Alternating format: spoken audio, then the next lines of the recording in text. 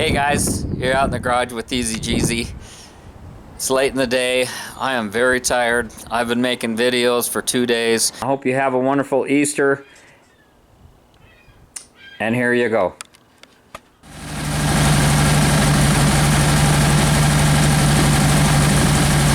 Yeah, it's alive.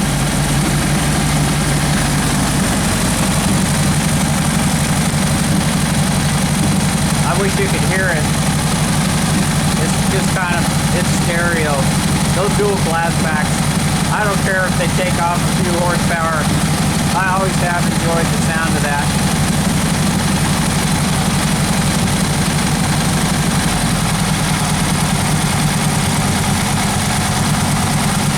Already did my cam break-in yesterday.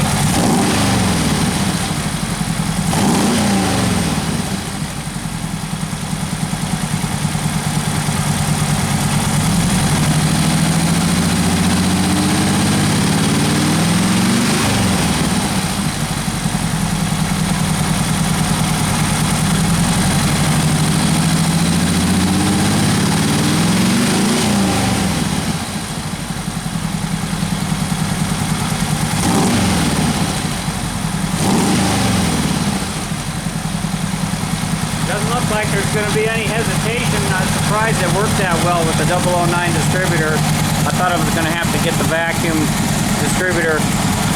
Okay, so the rundown, cam break-in was a cam break-in. What do? You started it up and you let it run at 2,500 RPM for a minimum of 20 minutes.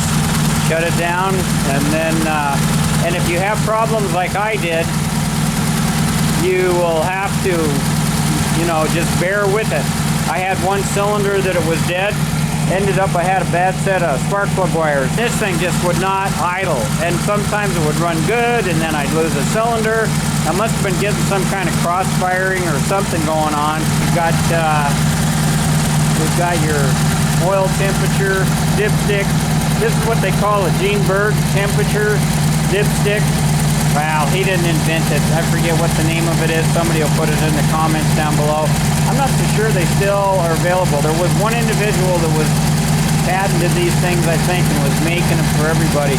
I don't like to run this thing all the time because, as you can see, you have to get it pretty close to that belt. But watch the little arm move. Oops, you see it starting to move? Okay. So if it gets too hot, and you can adjust this in your house with a thermometer and some oil, just heat it up, and at 240 degrees, this little spring will come around here and start touching that screw. And what you do is you take the end of this and you put it on your oil sender. If you lose oil pressure, you'll get a hard light. If you start getting hot, your light will flicker and you need to slow down. And sometimes you just can't go as fast as you want to because of the temperature. It doesn't matter what the traffic's doing. You can't run these things at 3,500 RPM on a hot day going up mile after mile. I used a regulator because I couldn't get the idle to cooperate. And yeah, you really shouldn't break in an engine idling it too much like this. You want to vary the RPM. I'll get up here in a canyon when I get it in the car, and we'll just go, you know, you accelerate down the straights and you back off for the turns. It's a fun, beautiful place to break in an engine up here in the Colorado Rocky Mountains. Yes, sir. You can see here's a magnet in this valve cover. This is one of those pieces of crap that wouldn't fit. And then look at what happened here. These things are so screwed up. It took the paint off. I had the back of was on number 4. It was touching on the valve cover. That's probably why it started leaking. There you go. We got a little bit of bling. We got simplification, and that air cleaner is going to be behind the license plate if it fits at all. So we're just going to have to go and see how this goes. Yeah, and I don't know. Right now, the way these heat risers are working, and the sounds and runs, these things are a royal pain to get the bails off and do valve adjustments on the car. It's easy on this table But if you're doing it in the car, it's murder, especially if you got these kind of tins. And I also had problems with the oil sending unit leaking. Where did I set that little puppy? There they were, right there on the floor. Yeah, I took this fat little ring here. It was which one was it here? It was a 8.6 millimeter by 2.4 millimeter. Just happened to be a fat one. It was sitting right in here. And I just took that and I put it over the threads on the spark plug. Oil sending unit. I need some lunch. I'm getting punchy. Metric O-ring kit. You just go to the hardware store and find an O-ring that fits a little snug. And you don't over tighten these things. Be so careful with that oil sending unit threaded hole. And you just want to just snug it down. It just didn't seem like it was going to tighten up. It seemed like it was just going to bottom out.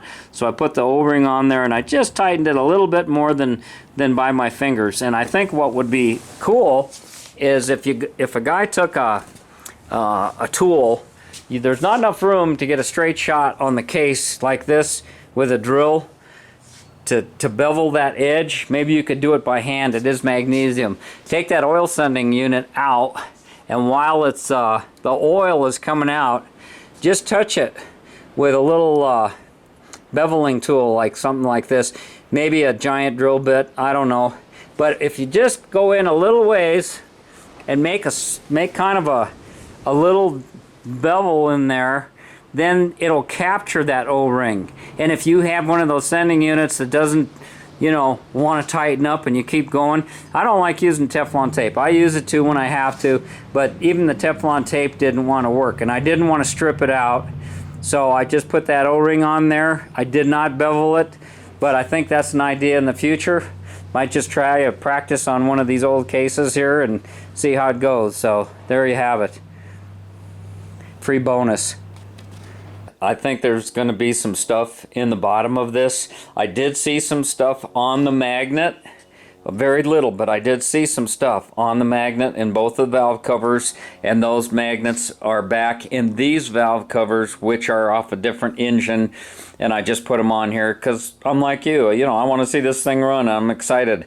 To summarize, the oil pressure on a cold engine with 10W30 in it, it revved up, I was running it not real high RPMs, probably 2,500 as recommended. I didn't have a tachometer on it. I pretty much know what that sounds like, close enough at any rate. And it stayed steady at 70.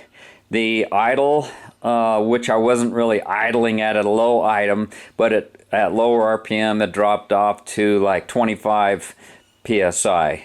So the cold high was 70 PSI, the low was 25 PSI. After it was fully warmed up, I did like a 30-minute break-in, it was 18 at an idle and a steady 45. And I believe that the springs for the single relief case are designed for the 45 PSI. And I'm satisfied with that. No problemo. This is a Toyota oil filter that does have a relief valve in the back, a spring-loaded relief valve. And that is there to prevent it from blowing the seal on the oil filter, as well as if you were to neglect changing your oil filter and it started to clog up and restrict, instead of starving your bearings, it would just not be as filtered. It would be going through the relief hole. There's a spring in there, and it goes into where it's supposed to.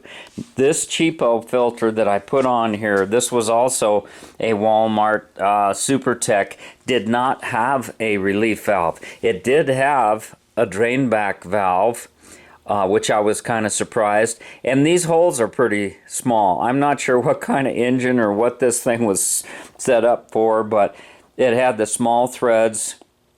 And on these aftermarket type oil filters, you can run anything from a PHA to a Bosch, what is it, 35, what is this one that I run over here? I run this a lot of the time, a 3422. This is a nice size, it's compact. Those PH8As are a little bulky for my taste, and it holds more oil. I don't know that it really does. If you have the lower tins, this is a smaller target, it's shorter, it's just a little bit more compact. This one is also compact. Now, if you look closely in here, we did pick up some debris. If you look in between the pleats here, I've had this just sitting here overnight, draining in there. We're going to look at it together. But there's little flecks of black I can see in there. And I set my initial static timing at 12 degrees, never did mess with it or check with it after that. I got my oil sending unit in. I don't want to know what the oil pressure is. It's just something that worries me. It's like having a tachometer. I put that oil pressure gauge in the ball, and I sometimes can't take my eyes off the thing, and it's always changing. You can tell when I have my refrigeration gauge in here, you can see the relief valve opening. You can watch the needle move. You can see what's happening in there. I don't want to drive and look at the scenery. That's why it's on automatic. And these exhausts, the heat riser works better than I thought it would. So I don't care about the performance on this engine. It's a 1776 stock cam engine, basically, with a little bitty carburetor. I don't think, it doesn't matter. It doesn't matter. I'm going to do it and run it for a while till my mood changes, and then I like seeing the back of my engine. And I know I'm sitting in the car, I'm not looking at it. But I got this idea that, when I'm driving around town and I come up to a stoplight, people are looking at this moving. And it's like, isn't that a weird thing to drive up to a car and see the engine moving and rotating? And you got the little blingy wheel there, I like that. And I don't know, you're just my ego. There's no reason to explain it, but I finally got an engine that's cleaned up and looking kind of nice. So it's like, yeah, I want to show it off. Isn't that what we do with our toys? If you're really totally honest about it, you just, we show off our stuff. I had a bicycle when I was a kid. I used to put playing cards in the spokes, and I'd ride all over, making a little noise with clothespins flying all over. And this is what I put in. I had this sitting around. I put some 10W30 in.